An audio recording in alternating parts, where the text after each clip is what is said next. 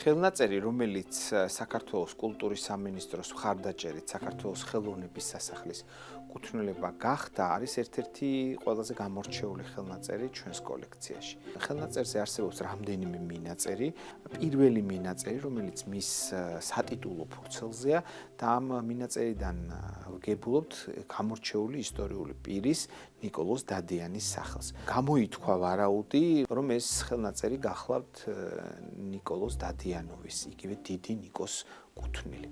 ამავე ხელნაწერის უკანასკნელ გვერდზე რამდენიმე მინაწერია და ერთ-ერთ მინაწერში მოიხსენიება საქართველოს ეკლესიის მიერ წმინდანად შერაცხული გამორჩეული მოღვაწე გაბრიელ ქიქოცი. აი მარტო ამ ორი ისტორიული პირის მოხსენება ამ ხელნაწერში მეტყველებს მის განსაკუთრებულ ისტორიულ ღირებულებაზე. ყველა საზედაო ასო არის ძალიან მაღალი ხელოვნებით შესრულებული.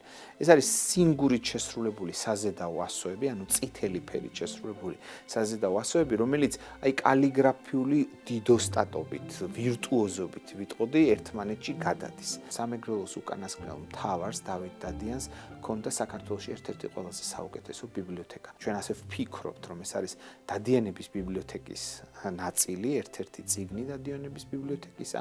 დღეს ჩვენ ამ ბიბლიოთეკის, დაფანტული ბიბლიოთეკის ფრაგმენტებს როცა აღმოვაჩენთ, ეს ჩათვალეთ, რომ დიდი ისტორიის პატარა ფრაგმენტებით ვახერხებთ ამბის შეკრებას, რაც მიუთითებს იმაზე, რომ საქართველოში წიგნიერება, წიგნიერების კულტურა და მით უმეტეს კალიგრაფიული ხელოვნება ყოველთვის მაღალ დონეზე იყო.